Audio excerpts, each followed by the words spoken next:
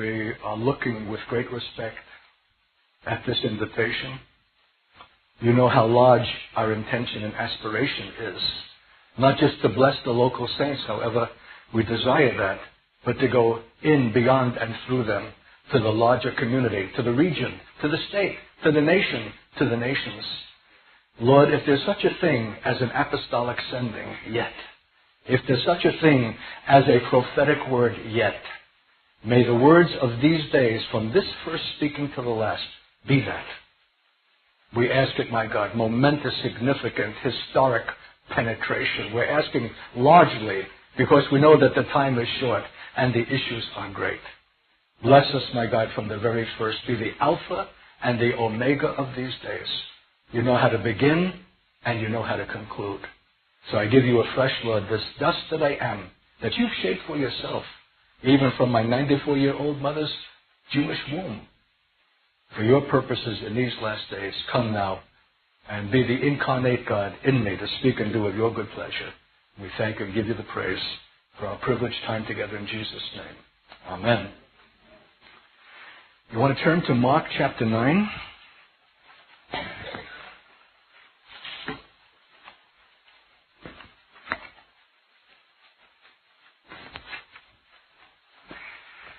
We're all familiar with what this chapter contains.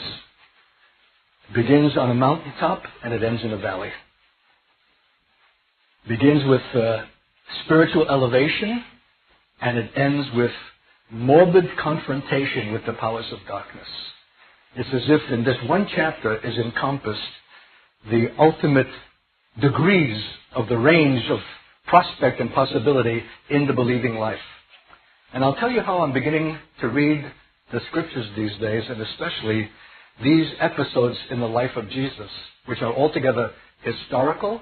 These are perfect transcriptions of everything that was said and done at that time. It was a moment in history, but it's a moment beyond that moment. That in some remarkable ability of God, as he affected the course of the walk of Jesus and the things that he spoke and did, many of those things coming upon him with the same degree of surprise and astonishment as things come upon us. Yet they were divinely determined by his Father in heaven that they should convey something for us in the last days of an enormous import and kind.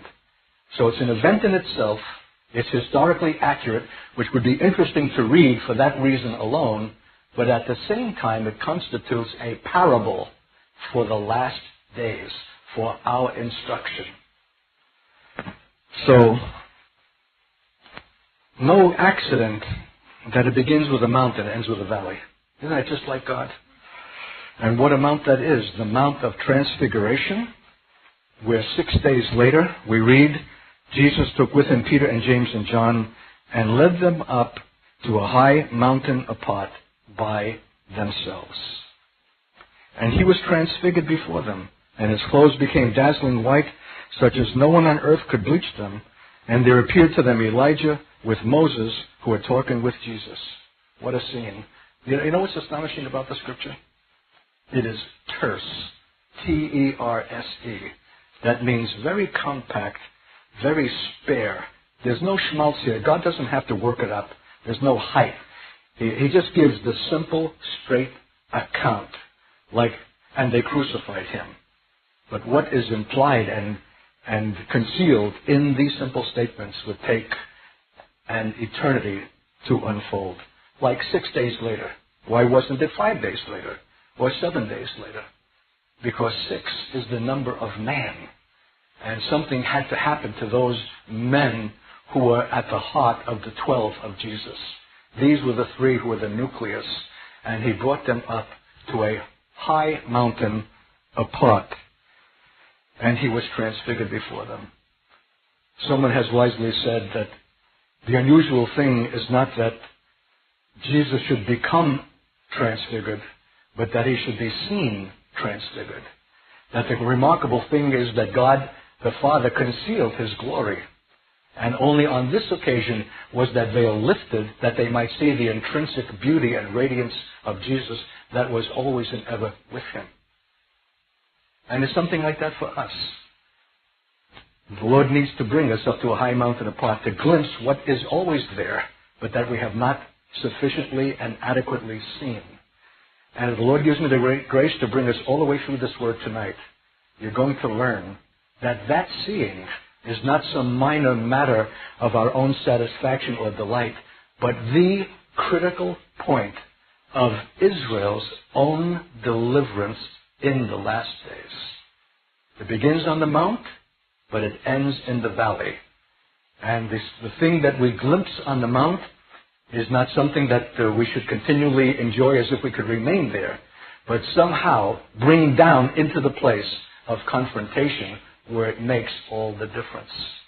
And we're going to see how these disciples failed to bring the buoyant image of Jesus and the vision of God, the hearing of the Father speaking out of a cloud. This is my beloved Son, hear ye him. What an unparalleled experience. But they had hardly gotten down below when the whole of it almost dissipated away. All the more when what confronted them was the most ugly, brutal picture of demonic activity in taking a young man and throwing him down in convulsion. They didn't have enough retention to bring the glory of that vision to the place where it was most needed, where it is most absent. And that's our situation also. And he was talking with Elijah and Moses. Whew, my, what a mission. How do they know that these two men were Moses and Elijah? Because they know. Because there's a revelation. When we shall see the great saints of God in their glorified form, we'll know. You'll know me in heaven. And I think I'm going to look younger. And the wrinkles will be out and the gray. What you're going to see is not a man at a certain day and moment in time of his death, but the essence of the man, where his body is the statement of what he is at the grace of God in the summation of all of that dealings through a life of faith. We'll recognize each other instantly. That is quintessential art. And that's how they recognized Moses and Elijah conferring with Jesus. But what does Peter say? Always with his foot in his mouth. Always has to say something. Always has to do something. He's such a picture of the church with its itch that needs to say and do. That has not the capacity to receive something without having to set in motion something religious and ministerial. The rabbi, see, there's his mistake already. Rabbi, he sees Jesus glorified and transfigured, speaking with Moses and Elijah, and the title is Rabbi. You would think that that revelation would have occasioned a much deeper appreciation of who this Jesus is, with whom Peter now has been walking virtually for 3 years.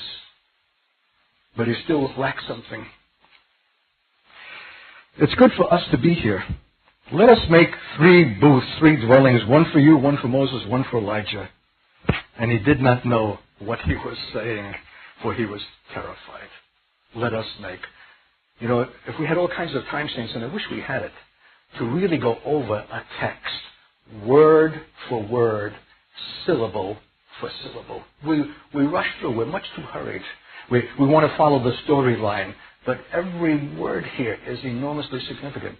You know what I would underline in this last statement? It is good for us to be here, let us make. I would underline the word us. You know what Peter's mistake is? He's us-oriented. It's good for us to be here. Let us make. So long as us is at the center of your spiritual frame of understanding, you'll end up by making, doing, and erring. He still is centered in himself and his gratification. And that's unfortunately the statement of too many of us. We've got to graduate from us to him. It may be good for us to be here, but that's not the reason we're there. It serves some purpose in God beyond what value we can receive from it.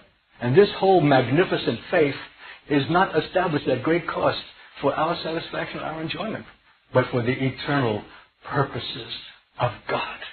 If we gain some benefit and some delight, all well and good, but it's not the purpose for which God has given us so precious a call. How we will ever break this powerful egocentrism that held us in its grip in the world. My car, my savings, my job, I. And then we come into the kingdom.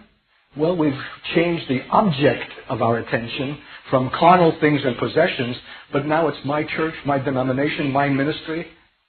There's still a power of self-centeredness that continues to be a canker, if not a cancer, for the church.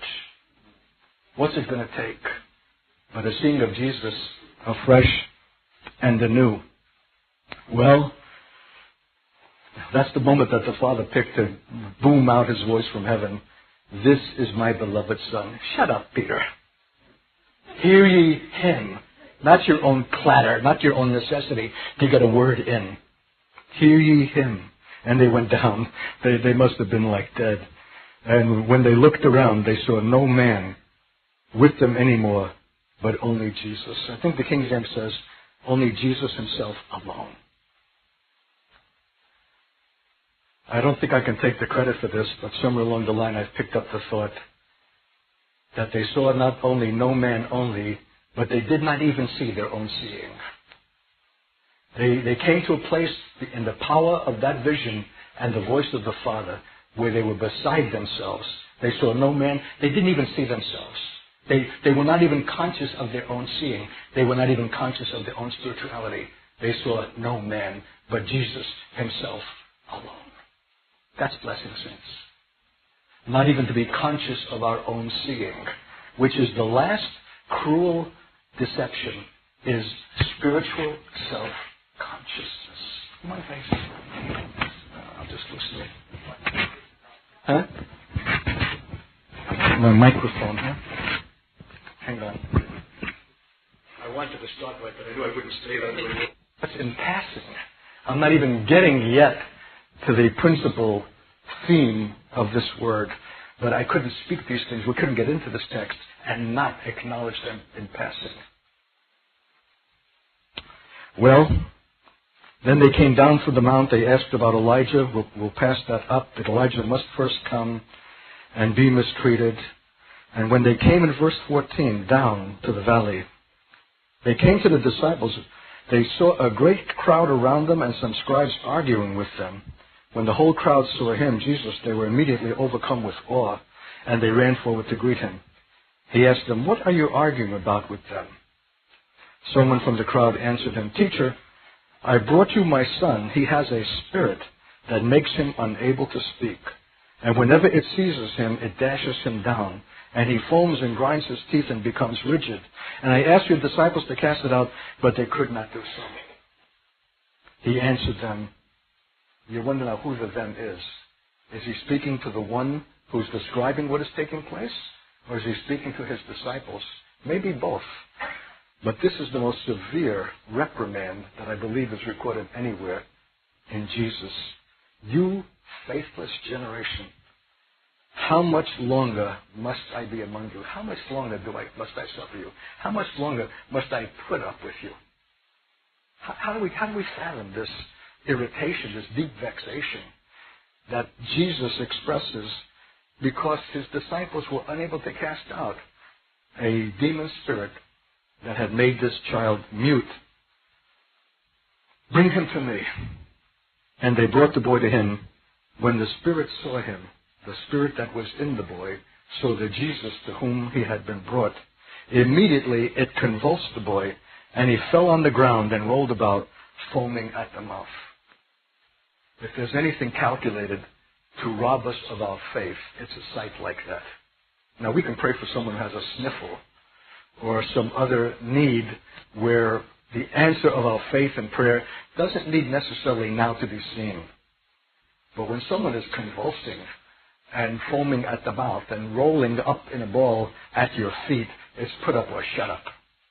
It's a faith that has got to be a faith and cannot be deferred for a later time. And maybe that's why these disciples couldn't cut it. This was an ugly, painful demonstration of a supreme reality, the powers of darkness. And it's calculated to intimidate, to bring fear, and to make us feel as if our faith is just ebbing out of us. But every man according to his own faith. We begin with a measure of faith, but we're not all in the same place of faith. As your faith is, so be it unto you. And the issue for us is, are we going from faith to faith? Or are we stalemated, treading water, fixed at a certain plateau, sufficient for our need, sufficient for our church relationship, sufficient for the general configuration of our life? But is it sufficient for a young man who is convulsed and foaming at the mouth and is desperately the victim of the powers of darkness? Like, for example, the black people today, the Native American, the Indian, the despised minorities of the world, who have been chewed up, spit out, victimized, demonized, and left for dead. Who is there that can come in a faith that is not intimidated by the evident power of this darkness and confront it? Bring him to me, Jesus said. The disciples failed. They had succeeded elsewhere. They had succeeded previously. Remember they came back with the glowing report? The demons are subject to us. Maybe it was a honeymoon experience, a first flush of excitement. Maybe it was not a demonic phenomenon in the depth of this kind of depravity and seizure as is being expressed here. This is ultimate saints. And I'm going to give you my prophetic rendering of what is represented here is more than just a boy convulsing at the mouth who happens to be the object of demonic oppression, but representative of something much deeper, much more significant that affects us in the last days. Jesus asked the Father, how long has this been happening to him? And he said, from childhood. It has often cast him into the fire and into the water to destroy him. But if you're able to do anything, to talk about not recognizing who it is whom he's addressing, if you're able to do anything, have pity on us and help us. Well, dear saints, this is what triggered my understanding of this text. This has been happening from childhood, from the commencement virtually of this life till this present day, not just to harass, not just to annoy, but to destroy him. Who is this young man, and what does he represent? If this event in the life of Jesus is more than an historic moment, but a parable of symbolic meaning for us to be edified in the last days. You know who I would suggest this young man represents? Israel itself. The nation itself. Since its inception virtually, it has been pursued, harassed by powers of darkness, not content merely to provoke or to harass, but to destroy. And we are coming to the end of the age where this vehement and bitter hatred of that boy, of that nation, of that people is going to be brought to an ultimate boil. You're going to see it in your generation. It may take start tomorrow. It's already happening. Anti-Semitism, anti-Jewish hatred, already billowing up in places that the Jewish authorities would never have thought to expect it. University campuses. Not just the rednecks, not just the uneducated, not just the poor, not just those who have a social grievance, but at every level, this deepening hatred of the Jew. Why? Well, if you'll stay through every message in these days, you're going to learn why. Because the Jewish people are chosen and appointed to be at the heart of God's theocratic kingdom. It has everything to do with the rule that must go forth out of their Zion, their Jerusalem, their holy hill. And the strategy of the enemy, the false rulers of this world, remember what it says in Psalm 2? Why do the nations rage and the heathen take thought against the Lord? The rulers, the kings and the rulers take thought against the Lord and against his anointed. Who are these kings we know, the visible magistrates? Who are these rulers? The rulers, the kings and the rulers take thought against God. The kings are the visible magistrates who are presidents and rulers of nations. But who are these rulers?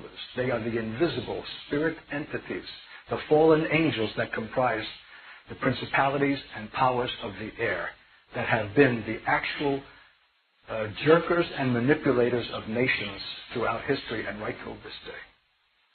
Do you know that? Do you really know that? What lies behind the things that are visible? What is really operating in the backwash of the movement of nations and peoples? Genocide, hatred, Serbia, Yugoslavia, Croatia, or Rwanda, genocidal, murderous things that where people were hacked to death in their churches. You can't understand this phenomenon without taking into consideration the powers of the air. They're very real. And they're moving toward a last day, and they know that their time is short, and they're going to be acting with unprecedented fury. And the greatest fury will be upon the church and the Jewish people themselves. The people of God,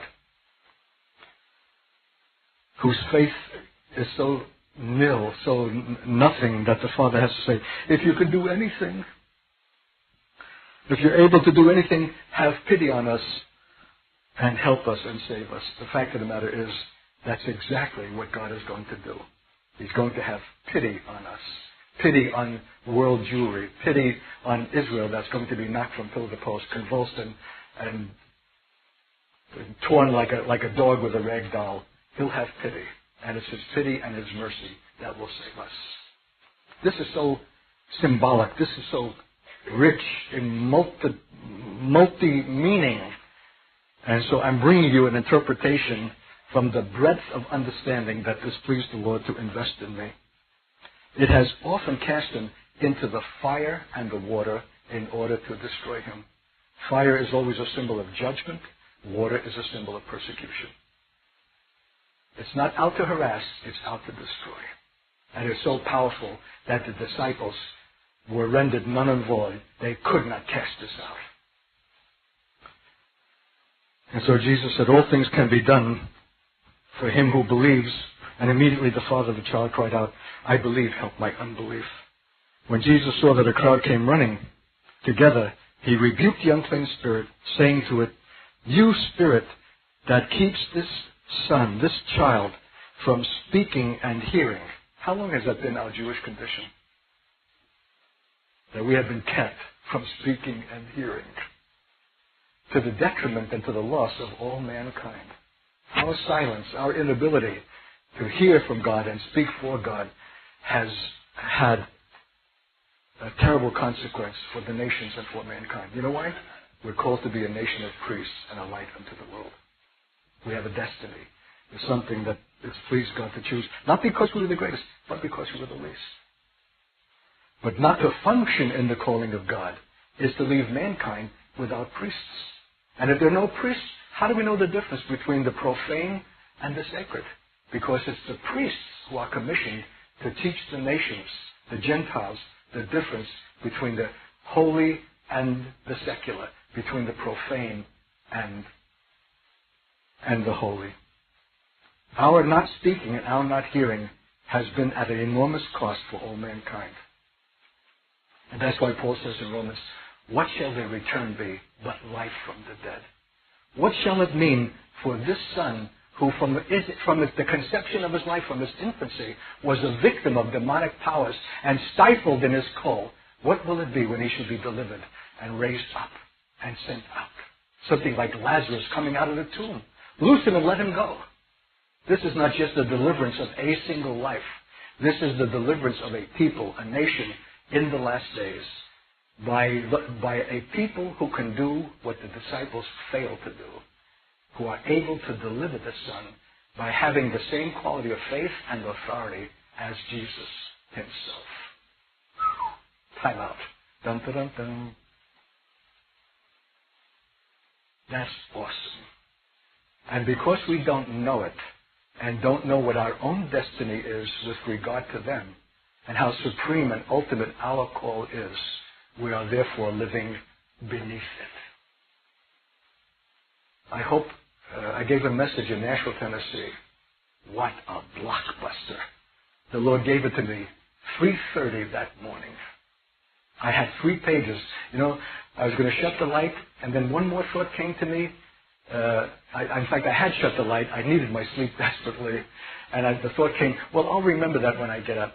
I said, no, you better turn the light on and write this down while you... And I turned the light on, and that light remained on for an hour or more as the Lord gave me free pages that you might be hearing in these very days of the significance of the issue of the Jew for the church, for the church's own sake. What is represented for us in the mandate to which we are called with regard to them. Not because we have chosen them, but because God has. And He has appointed us as a church to minister to them in the last days, that they might receive the pity and the mercy and the deliverance of God.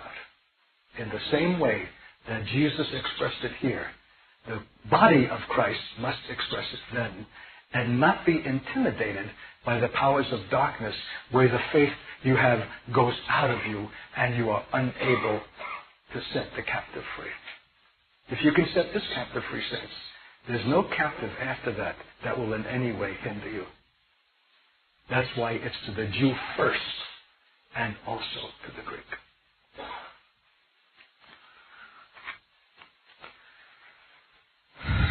Well, all things are possible to them that believe. But this is a believing beyond credo. This is a believing beyond doctrinal affirmation. Our faith is more than the sum of our correct doctrine. This is a believing of an ultimate kind in the reality of God and the power of God, despite every appearance to the contrary. It's one thing to believe when we're safe, sound, healthy, well-fed, comfortable in the congregation of the saints. But to believe when everything is opposed to faith, when the enemy seems to be riding high and having all the cards and calling all the shots, and you have never felt more feeble, more weak, and more inept. To believe then is real believing. And accept that that faith is obtained on the mount, you're not going to have it in the valley. Because when the disciples said later, how come we couldn't cast him out?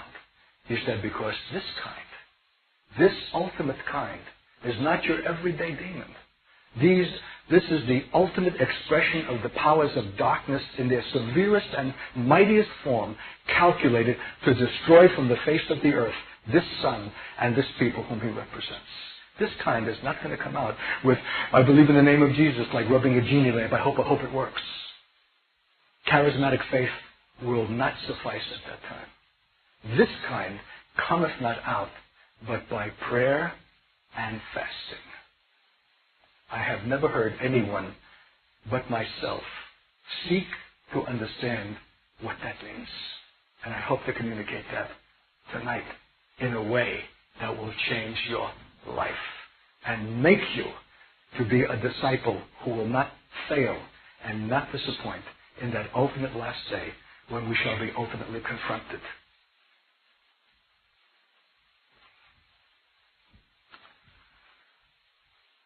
So Jesus commanded the Spirit that keeps this boy, this son, this nation from speaking and hearing. Israel's long spiritual blindness, a judgment that gave the enemy a certain right and authority to perform this, but it's not going to be Israel's final condition if their return shall be life from the dead. I command you, come out of him and never enter him again. I've taken my yellow marking pen and I marked never again. The Jewish community is very fond of using that expression when it talks about the Holocaust, the concentration camps, the death camps. Never again. Well, you hotshots, you better tighten your safety belt. There will be an again. Because it's not in your power to say never again, only in his power. But I want to draw your attention that this deliverance is an ultimate deliverance of an ultimate kind, in an ultimate authority and an ultimate power. So ultimate a deliverance, it shall never be required again. Our deliverances, well, 6 months later, 2 months later, a year later, we're praying the same thing, asking for the same thing, working through the same problems again and again and again. This deliverance of Jesus, he saves to the uttermost all who come unto God through him. This is total, it's permanent, and it's enduring. This son, representing this nation, shall never again, after this last day's deliverance, affected by you, come again under the bondage and constraints and demonic power of darkness. This is a final deliverance. And finality always requires something ultimate. Am I getting too fancy? This is basic training for Sunday. Hallelujah. Never again enter him. You're finished. This is the once and for all. You'll never again be able to wreak your filthy design of devastation and death on this son. And there's no question about that. When Jesus said, come out of him and never enter him again, that was it. That was the supreme authority of very God. And the power, therefore, after crying out and convulsing him terribly, it came out, and the boy was like a corpse, so that most of them said, he's dead. This is beginning to take on the appearance of not so much the authority in God to effect a deliverance, but to raise someone from the dead. Because Israel is moving not just into a final paroxysm of demonic possession of foaming at the mouth, so to speak, but they're moving toward a course in which that nation is going to be, for all effects and purposes, as good as dead. You see, Jesus said, come out of him, but these powers of darkness are so reluctant. They're so full of spite and mischief and malevolence that though they're under the command to come out, they're going to come out and take everything that they can take with them on the way out. And the Lord allowed that. He could have said, come out instantly and don't touch him one centimeter more. No. He knew the mind of the filthy powers of darkness, that they're malicious, and when they get that rag doll in their teeth like a dog, a mad dog, they'll just wave that thing until the stuffings come out. It left that boy as good as dead.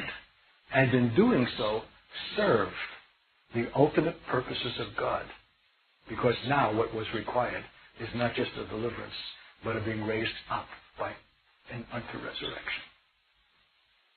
Talk about the sovereignty of God, the wisdom of God, the purposes of God, that can even employ the devilish malevolence of hell to serve his ultimate purposes. When you hear this tape, mark how many times I've used the word ultimate. You know what's wrong with us as Christians? We're not living in an ultimate way. We don't understand God ultimately. We're not serving with ultimacy. We're kind of, get by, makeshift, okay. But we've missed the genius of the faith that is ultimate, transcendent, transfiguring, glorious. And you know what? It's the crisis of this boy that's going to compel us to come on that ground. It's going to compel us to understand what Jesus meant by, this time cometh not out, but by fasting and prayer. Because it's to this kind that we, as the Church of Jesus Christ, are called to deliver and to raise victims from the dead. This kind.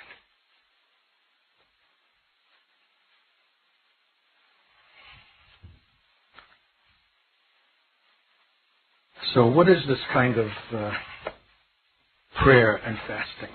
Well, we know what fasting is. It's self-denial. We're not boasting in this. My brother and I have not tasted a crumb of anything today. We wanted to begin these days of meeting with a fast. No big deal. You're not going to die from it, although you may feel that you're going to die. Headache and I'm constitutionally not able, and I have a serious physical problem with that. There's very little fasting.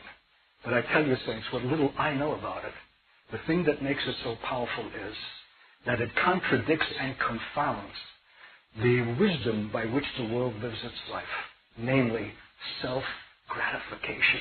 Have an extra hamburger. We passed the White Castle hamburgers, a whole sack of 10 for how much?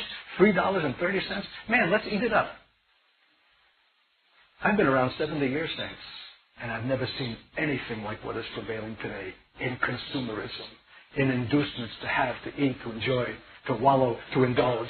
It's a self-gratifying age, and it has been sanctified and sanctioned and endorsed even by the church. Obesity is a principal problem in the United States of America by teenagers, let alone adults. 1 out of every 3 is grossly overweight. One was, that got nothing to do with my spirituality. I said, oh yeah? It has everything to do. I'm concerned myself. How easy it is for my gut to hang out. And I'm a preacher. How can I allow my physical profile to contradict what I'm about in God? We should be statements of self-discipline, not statements of self-gratification.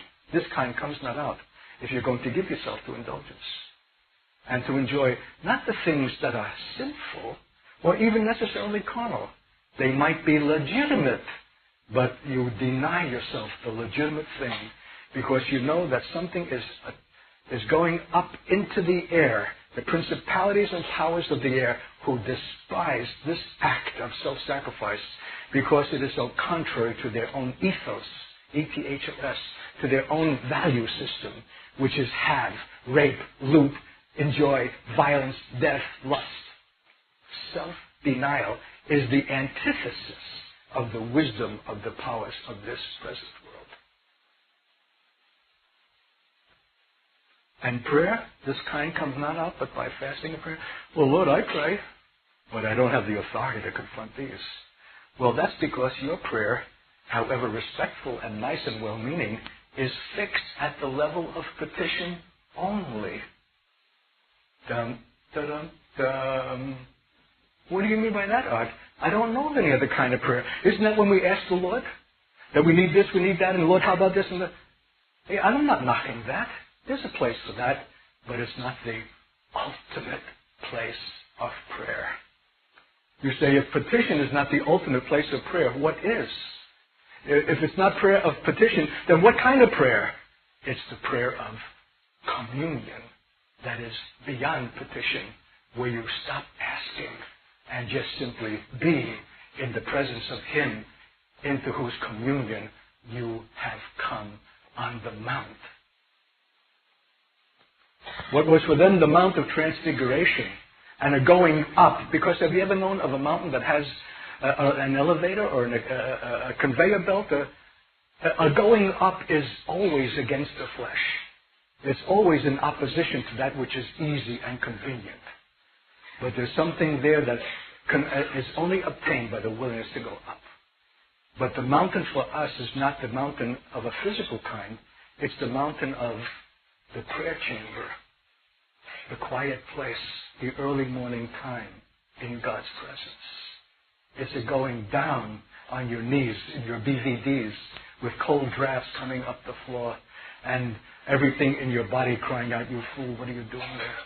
You ought to be back in bed with your cozy wife and enjoying those legitimate things that are rightly yours. To deny yourself, to go down, to seek the Lord at the early morning time, don't you need your sleep?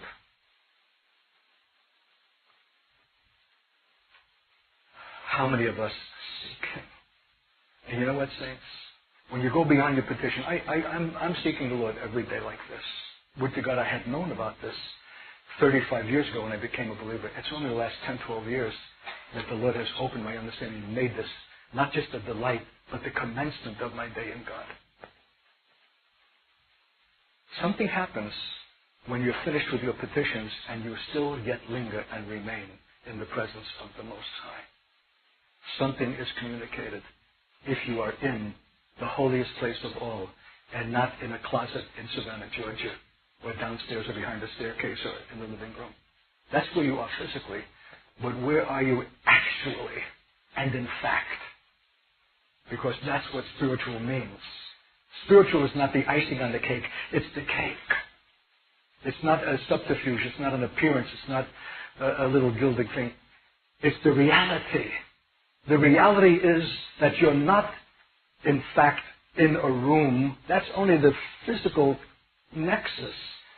The real truth and the reality is you're in the holiest place of all, before the Shekinah glory of God, who waits above the mercy seat and between the wings of the cherubim.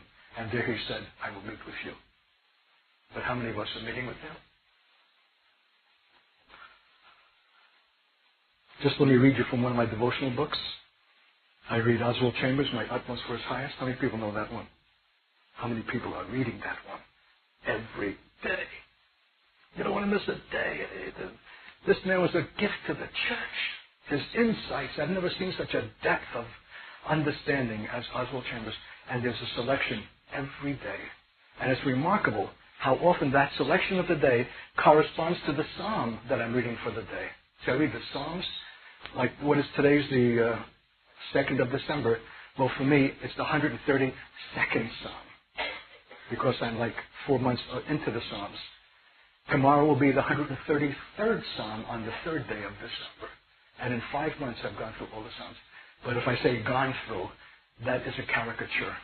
It's not like religious obligation. You read so many chapters, you've gone through.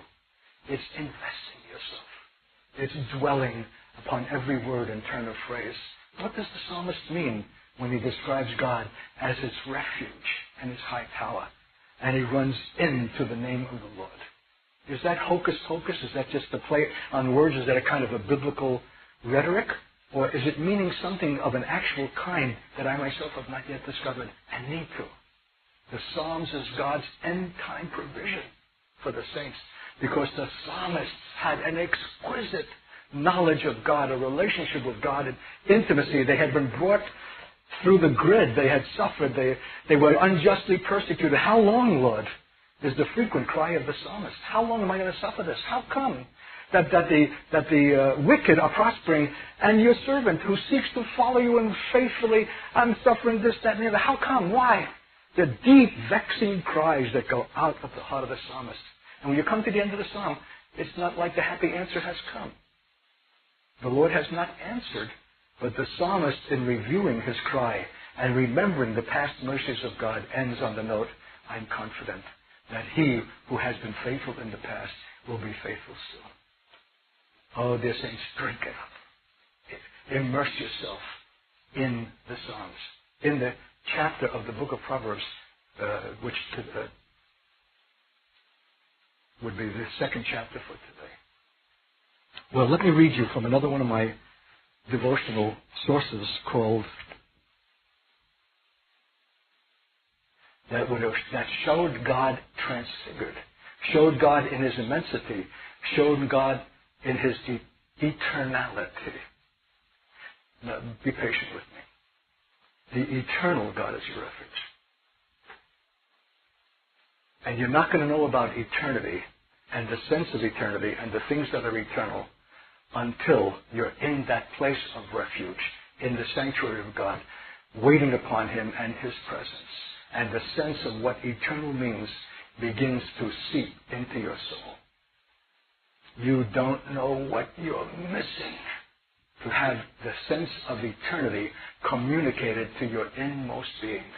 It's a deliverance itself. It saves you from the things that are temporal, present, everyday, mundane, wearying in the flesh and in the soul. The things that are every day with us, that grind us down. What does it say? In the last days, the powers of darkness will seek to wear out the saints. It's going to be a fatigue just to go through a day in the world. We need to find the refuge of God, the eternal God, because to find him there is to find eternity and the sense of eternity and the things that lie beyond this life. Not that you can contemplate what they will mean to enjoy when you die, but to bring that eternal sense of reality into your present understanding. It will change everything. Jesus was not intimidated by the powers of darkness. He was not threatened. He came from God. He was with God. He is God. He sees through and above. That demon spirit can shake that boy. He can convulse at the mouth. Jesus knows. It's a passing, transient phenomenon. The thing that is enduring is when he is raised up from the dead. He brought a greater reality than was there in that demonic activity. Now listen to these things. I don't know how to express this. It's not an exaggeration to say that our whole Christian life is a conflict between competing realities. Where is the action? Where does the rubber hit the road? Where does it really count? In the thing that is visible and seen with its power, prestige, demonic force, violence, lust, payoff, treasure, the kinds of things that the world pants for? Is that the reality? Or is that a passing thing that will come to naught.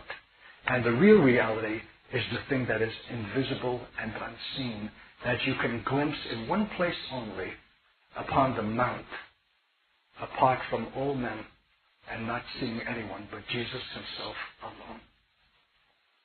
To bring that reality down to the valley is the whole object of our spiritual life. It's a put up or shut up contest between where is the action and where is the reality that is really reality. Is it the things that are seen, by which the world is motivated and jerked and manipulated, and men run here and there and everywhere for the things that are visible and temporal? Or is it in the things that are invisible and eternal, where God himself is, who will one day soon reign and prevail over his own creation, when that Son is raised up out of the fire and out of the water and out of convulsions and foaming mouth, and raised up and delivered? For Jesus extended his hand and he lifted him up. If we are not that Jesus in the last days, that boy, that son, is going to die in the fire and the water. Faith is more than giving assent to correct doctrine. Faith is the knowledge of God, not as we thought him to be, but as he in fact is, transfigured, radiant, glorious. His garments are whiter than any fuller can make them. We had never seen him that way, but that's the way he always is. And because we have not seen him that way on the mount, we have a view of Jesus and of God that has reduced God, that has made him more minimal, more commonplace. We have profaned him without even being aware of it. He's become our busboy. He's become our guy's going to do a good deed for us, a helper. I need a wife. I need. We've missed God. And therefore, when we're confronted with the opposite of God, we have not an equal and greater reality by which to confront that darkness in the light that was ours only on the mountaintop, or in the place of morning devotion, by your couch, by your bed, or wherever you have found a place to seek the Lord.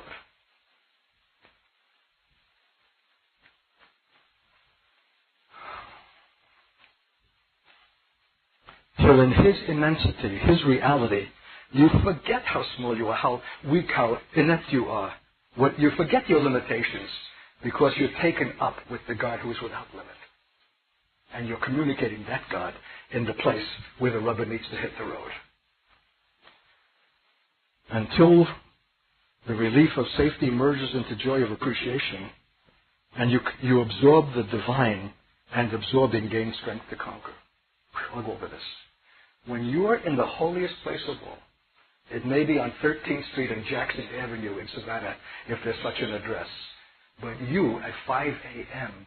are in the holiest place of all. It's beyond petition. It is now communion with the God who is God, as he in fact is, and not as we thought him to be. Something is transcendent. I'm so foolish. I say, Lord, if I'm before your Shekinah presence, the effulgent glory of God, can you radiate a little of that into me? Because when I come and stand before your people to speak, I want not only to bring a word, however great and important that is, I want to bring some communication of yourself. I want to bring something of the luster of your glory. Listen, saints, we see too few shining, radiant faces in the kingdom of God. We see respectable, well-meaning, and industrious Christians, but where is the radiance that is obtained in one place only, in the presence of the Most High, on top of that mountain, when we see him as he in fact is, and saved from debasing him and making him smaller and less than he is, in the common practice and the way in which we use the name of Jesus. We need to be on that mount daily, or our faith will correspondingly suffer and become diminished. And when it comes to a sniffle, we can pray. But when it comes to an ultimate deliverance, we cannot perform it. We have not the authority. We have not absorbed not only the radiance of God's glory, but the authority of the life that shines out of that presence. And absorbing that, we gain strength to conquer, to triumph, to overcome, even our own limitation.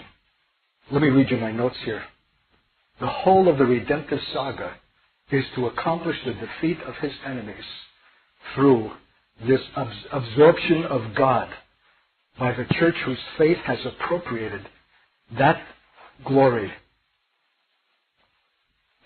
And only on that basis can we replace these demonic false ruling entities when we shall receive glorified bodies to rule and reign with him from heavenly places, in the places that they themselves have vacated when they were brought down by the raising up of a body like this. You forget what I just said. Get it on the tape. Because in this life we recognize these conflicting realities. This is the predicate. This is the foundation of the understanding of our faith. There is a moral contest going on between darkness and light, between two princes, two kings, two rulers, two seeking to prevail over creation. That is the underlay of the entire saga of redemption from its commencement to its conclusion. And only a true believer knows that. He knows that the issue of demons is not just the issue of a personal deliverance. The issue of demonism, of the powers of darkness, is the great stratum that overlies the earth. It's the place in the heavenlies by which nations and men and races are affected. You can't understand rock and roll and punk rock and rap and this whole filthy, vile culture and the way it is having its degenerating effect on those who subscribe to it if you don't understand the influence that comes down from above. There's a war on, a powerful conflict between two kinds of moral order, and God has put his eggs in one basket and believes that the church is going to perform in the last days what he performed in that day, by the same radiance, the same power, the same reality, because it meets him up on the mountain in the place of devotion, beyond petition, in communion and in waiting. I can bring that reality down into the valley where it counts.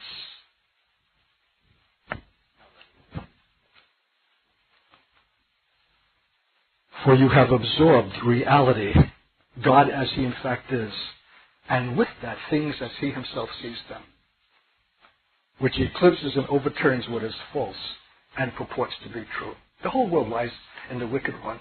Who's the father of lies? Do you know that? It's a flinky, flunky escapade. It's a charade. It's a grotesque caricature. And people call it life. And they die in that and don't know that there's an eternity waiting in which the truth that they have evaded in this life will hit them in that day in which there's no change, no remedy, no alteration, but they will be fixed in the lie in which they died. Where is the church that's going to blow the whistle and save the victims from the unreality that the world is, because they can communicate the greater reality and the enduring reality and the eternal reality, because they have absorbed it in the presence of the God who is God, on the mount and in the place of prayer and devotion, in the early morning hours, when everything will tell you, don't be a fool, get back to bed, you need your rest, it's cold. This kind cometh not out, but by fasting, self-denial, and prayer, which goes beyond petition and is communion with the radiant God. So, and that's where these ultimate realities are to be found, where final deliverance is to be found, in the hidden prayer closet. So, my final question, where do you dwell? Where do you live and move and have your being? Don't give me your street address in Savannah. Where is the effectual place where your reality is obtained? Where your sense of God is found and maintained? Where do you have your effectual dwelling? Where are you formed? What are your influences that are eternal and sublime and godly? That's where you live. That's where your reality is obtained and maintained, and God is going to call for it. There's a son dying before our eyes. Since infancy, since childhood, he's been chewed up and spit out and thrown into fires and into waters because the devil was out to destroy him. And here in this last and final convulsion, he left them as good as dead. And the disciples could not cast him out. It was beyond them. They were limited. And Jesus said, how long must I suffer you? My God, haven't I been with you enough? 3 years took you up on the mount. You've caught a glimpse of my glory. And you come down from the mount and you see this little demonstration of demonic power and you're intimidated and you're made inert and helpless. How long must I suffer you? I'm the God who's the creator of the heavens and the earth and all that in them lies. And you're allowing this pipsqueak passing demonic thing that is going to an eternal fire to threaten and intimidate you, where you can't even take authority against it and deliver this helpless Jewish son? How long must I suffer you?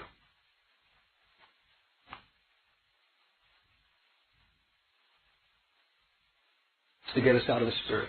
Have you noticed that? Just when you think you had it all together, you're feeling very spiritual, your wife will say something, your kids will do something, some little adverse thing, and boom, we're out of the spirit. Because our resource is so thin. We're so shallow in the ultimate reality. It doesn't take all that much to discombobulate us and get us off the track. We're not steeped in the reality of God on the mount. We need to come to a high mountain apart by ourselves. Not to remain there, but to bring it down to the valley below. I want to pray for such a church because the Son of Israel depends on it. There will be no deliverance, no resurrection, except that there are disciples who are not intimidated by the visible powers of darkness because they know the greater reality which they have absorbed by their daily and frequent waiting in His presence beyond petition. So Lord, I pray, oh my God, who would ever have thought that the final mystery of Israel's salvation, deliverance, and restoration to its calling has to do ultimately with the prayer life, the secret devotional life of Christians. Wheresoever they are, the mount awaits them. That the great issue is not some heroism that we have to muster, but the sacrifice of daily, frequent, morning devotion in the presence of the Most High God. To absorb you, for you are reality, and everything else is a hoax, a phony wingding, and a shame, and a lie, and a scandal that needs to be brought to an end by those who know you as you in fact are. So Lord, I bless this church that's before me tonight. I bless the church that will be hearing this tape. Prick our hearts, Lord. Show us our callow laziness, our indifference, our shallowness, our failure to seek you, our satisfaction with the mere measure that we have, which is okay for us. It enables us to get by. It is okay for us. It's good for us. Us. But what about them? What about the dying? What about the despairing? What about those that are being chewed up and spit out without mercy by the powers of darkness and are being tossed into fire and water and convulsing and foaming at the mouth and no one can set them free? Raise up a church, my God, that has your authority, the radiance of your glory, and deliver them, even from saints tonight, willing for the sacrifice of the early morning seeking, fighting against the discouragement that nothing seems to be happening and I don't feel anything. So caught up in measuring things by the externalities of feeling and not by faith believing that they are in the holiest place of all and that something holy, therefore, must be communicated to them and in them that they can bring down into the most dark and desperate valleys where men are dying. Both black men and Jew, and all of the cast-offs of the world who need to have a hand extended to raise them up out of death. Seal this word, Lord, precious God, and perform it for Jesus' sake, for Israel's sake, for the sake of lost men everywhere. We thank you and give you praise for the provision that you wait for us to meet you in that place. Come, my God, beckon us and call us afresh.